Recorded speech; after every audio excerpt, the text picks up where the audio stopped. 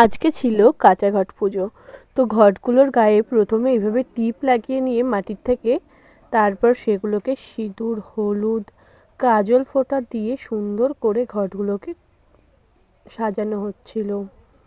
তারপর এগুলোর মধ্যে মূলো, কলা সব কিছু দিয়ে এগুলো পুজো করা হয়। তো তোমাদের অনেকেরই হয়তো এই পুজো আছে, আবার নাও থাকতে পারে। আর এগুলো হচ্ছে ছোট ঘট, একটা করে বড় ঘটের সাথে দুটো করে ছোট ঘট, এইভাবেই সাজানো হয়। এবং এর মধ্যে দেওয়া হয় দুবলো, তুলসীর শীষ, কলা, মূলো আরও অনেক কিছু। আজকে বাড়িতে হচ্ছিল, তাই ভাবলাম তোমাদের সাথে শেয়ার করি, আর দেখাও যাবে কার কার এই পুজো আছে।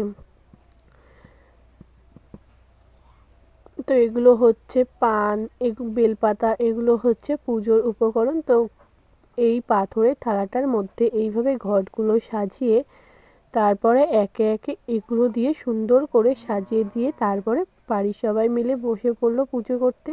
তো পুজো করতে থাকুক, তোমরা আমার চ্যানেলটাকে সাবস্ক্রাইব করে দাও।